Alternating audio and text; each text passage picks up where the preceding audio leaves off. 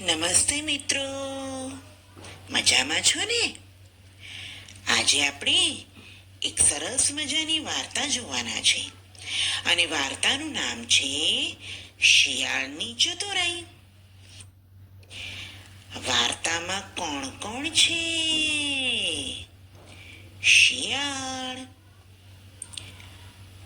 વાર્તા રે વાર્તા, સરસ મજાની વાર્તા. વાર્તા રે વાર્તા, સરસ મજાની વાર્તા.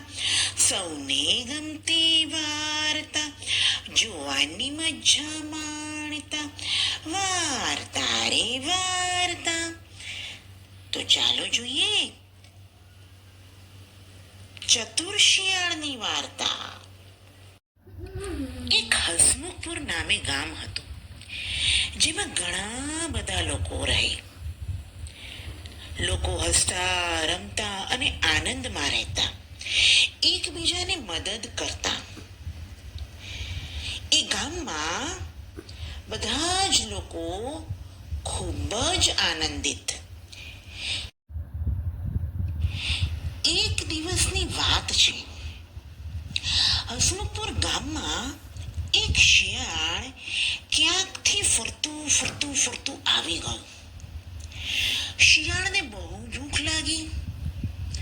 તે આખા ગામમાં ફરે છે, પણ એને ખાવાનું મળતું નથી. શિયાળ તો ફરતું ગામની બહાર નીકળે છે અને જુએ છે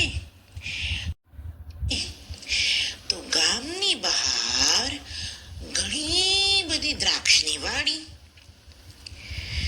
શિયાળને તો થયું, અહીં મને કંઈ ખાવા મળી જશે. શિયાળ તો ફરતું આગળ ચાલવા માંડે છે અને જુએ છે તો દ્રાક્ષની વાડી. શિયાળ ધીરે ધીરે દ્રાક્ષની વાડીની અંદર જાય છે અને જુએ છે તો દ્રાક્ષના વેલા ઉપર ઘણા બધા દ્રાક્ષના ઝુમખા લટક્યા હતા. શિયાળના મોઢામાં તો પાણી આવી ગયું. વાહ, આજે તો ખાવાની મજા પડી જશે.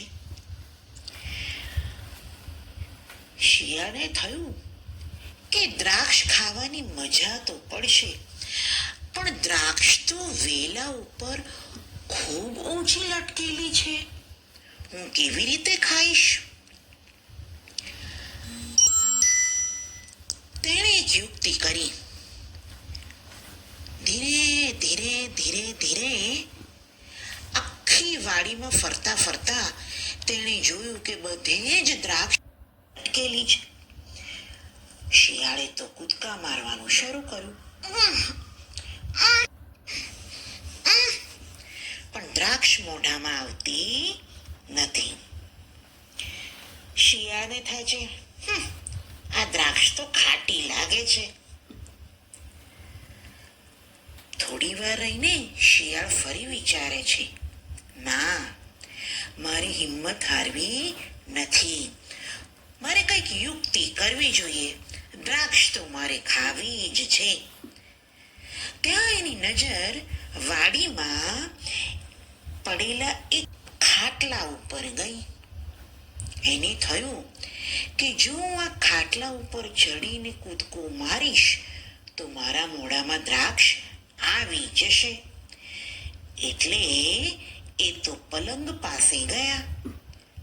પલંગ ઉપર ચડ્યા અને એકદમ જોરથી કૂદકો માર્યો અને દ્રાક્ષનું ઝુમખું તો મોઢામાં આવી ગયું. શિયાળભાઈએ તો દ્રાક્ષ ખાધી, મજા આવી ગઈ અને ખૂબ આનંદમાં આવી ગયા. આમ દ્રાક્ષ ખાઈને શિયાળભાઈ ચાલ્યા ગયા. બાળકો, મિત્રો, આ વાર્તા પરથી બોધ મળે છે કે આપણે ક્યારેય કોઈ કામમાં હિંમત હારવી જોઈએ નહીં. પ્રયત્ન કરવાથી જ આપણને આપણી રાહ, આપણી મંઝિલ મળે છે. માટે હંમેશા કોઈ પણ વસ્તુ મેળવવા માટે પ્રયત્ન કરવો જોઈએ. આવજો. બાળકો, વાર્તામાં મજા આવી ને? વાર્તા પરથી કયા કયા શબ્દ શીખ્યા? તો ભાઈ પહેલો શબ્દ શિયાળ. કયો શબ્દ? શિયાળ. હવે ભાઈ શું દેખાય છે? ખાટલો. તો બીજો કયો શબ્દ? ખાટલો. બીજો વાર્તા પરથી કયો શબ્દ શીખ્યા? ખાટલો. બાળકો, હવે શું દેખાઈ રહ્યું છે? દ્રાક્ષ. તો વાર્તા પરથી બીજો કયો શબ્દ શીખ્યા? દ્રાક્ષ. કયો શબ્દ? દ્રાક્ષ. બાળકો, હવે શું દેખાય છે? દ્રાક્ષની વાડી અને દ્રાક્ષ વેલા ઉપર ઉગી છે. જોયું બાળકો?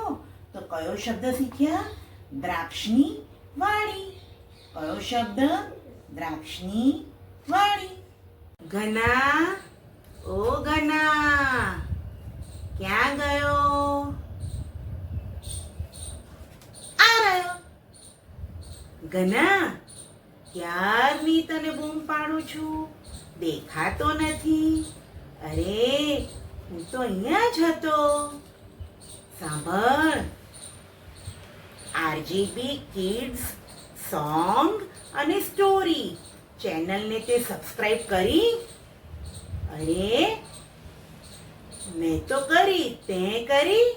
અરે હા, મેં પણ ચેનલને સબસ્ક્રાઇબ કરી છે અને એના જે ગીતો આવે છે ને એના પર હું તો લા લા લા લા લા કરતી ડાન્સ પણ કરતી હતી અને મેં પણ વાર્તા સાંભળી અને મજા કરી, સારો બોધ શીખ્યો. હવે જો સાંભળ, આપણે બધાને શું કહેવાના છે આજે? ભાઈ બધા જ મિત્રો અમારી આરજેબી કિડ્સ સોંગ અને સ્ટોરી ચેનલને લાઈક કરજો, શેર કરજો અને સબસ્ક્રાઈબ કરજો. બરોબર? હા, બરોબર. આવજો.